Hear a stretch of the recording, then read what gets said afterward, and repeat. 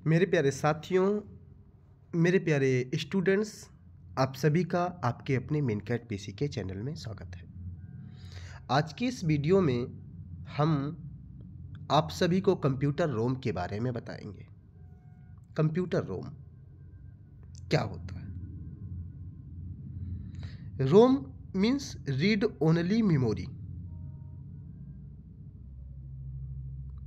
Permanent storage होता है। ये प्राइमरी मेमोरी है, work as a secondary memory.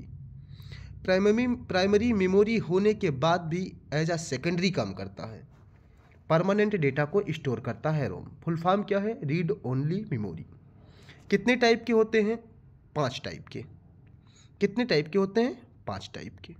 पहला टाइप क्या है? मास्क रोम। पहला टाइप क्या है? मास्क रोम। दूसरा पी रोम। दूसरा क्या है हमारा? P ROM. देखो दूसरा पी रोम, पहला मास्क रोम, दूसरा पी रोम। तीसरा ईपी रोम। तीसरा क्या है? ईपी रोम। चौथा ईईपी रोम।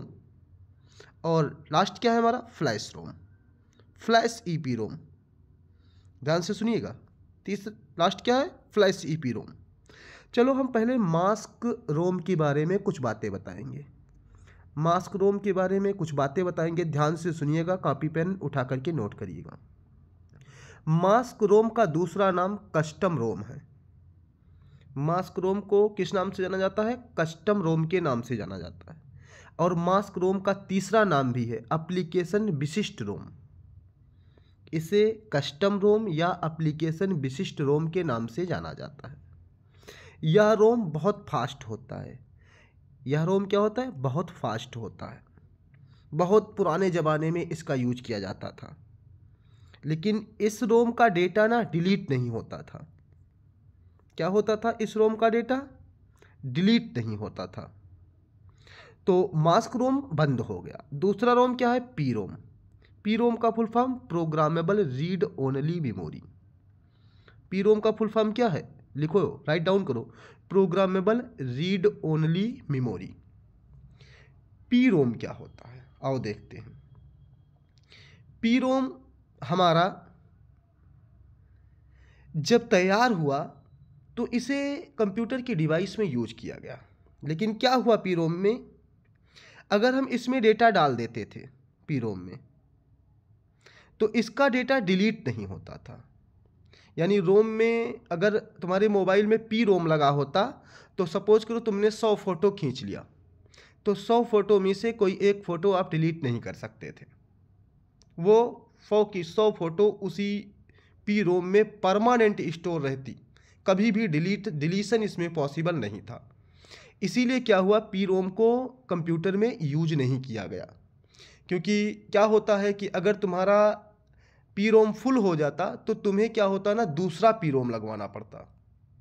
क्या होता? दूसरा पी रोम लगवाना पड़ता, क्योंकि उसे रीयूज नहीं किया जा सकता था कि उसके अंदर डेटा जो है उसे डिलीट कर दो, उसकी जगह पर फिर नया डेटा रख लो। P ROM programmable read only memory था। अपने आपके इंफॉर्मेशन, आपके डेटा को सेव कर लेता, स्टोर कर लेता, लेकिन स्टोर हुए डेटा में डिलीशन पॉसिबल नहीं था। तो इसीलिए पी रोम को इम्प्लीमेंट करके नया रोम लाए, जिसका नाम था E P ROM. E P ROM का मतलब erasable programmable read only memory, यानी कि अब डिलीशन पॉसिबल हुआ। क्या हुआ? अब डिलीशन पॉसिबल हुआ ईपी रोम में। लेकिन एक प्रॉब्लम और आ गई, ध्यान से सुनिएगा इस बात को, नहीं तो समझ नहीं पाओगे। ईपी रोम में क्या हुआ? Erasable programmable read only memory. यदि आपके मोबाइल में सपोज करो ईपी रोम है, तो उसके अंदर आपने 100 फोटो क्लिक कर लिया। उसके अंदर आपने क्या किया? 100 फोटो क्लिक कर लिया। लेकिन वो 100 फोटो आपका डिलीट तो होगा, लेकिन जिस तरीके से आप सेलेक्ट करके डिलीट करते हैं ऐसा नहीं किया जा सकता था। ईपी रोम अगर लगा होता तो आपको फोटो को डिलीट करने के लिए आप अपने मोबाइल से अपने ईपी रोम को निकालते और इसे धूप में रखना पड़ता।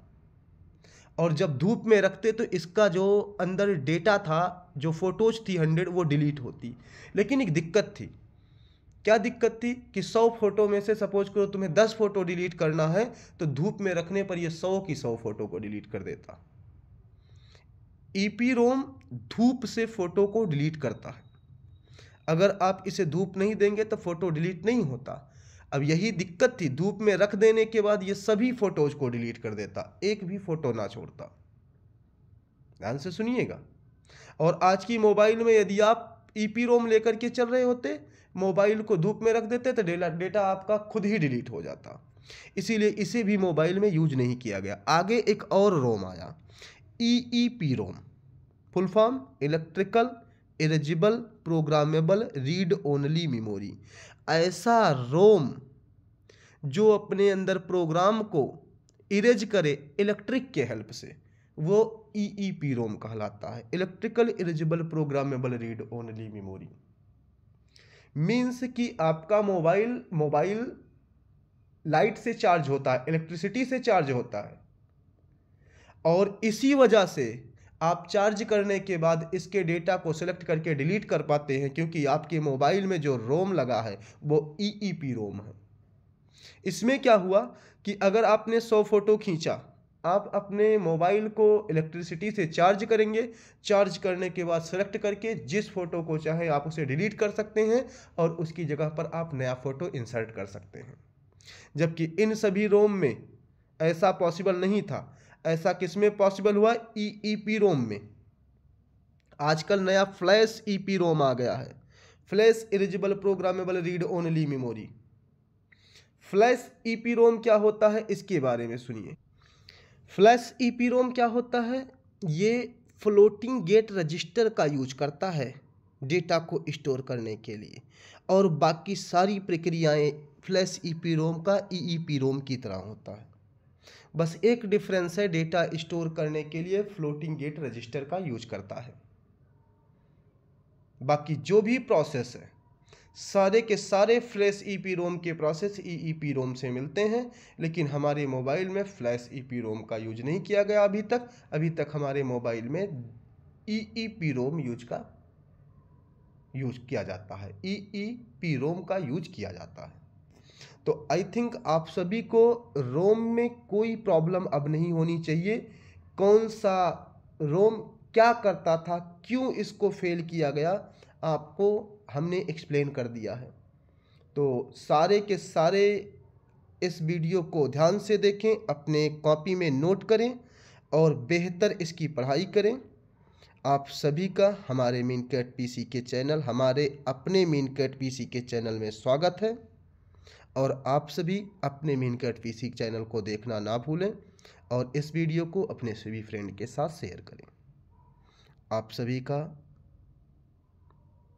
भविष्य उज्जवल हो, यही हमारी कामना है।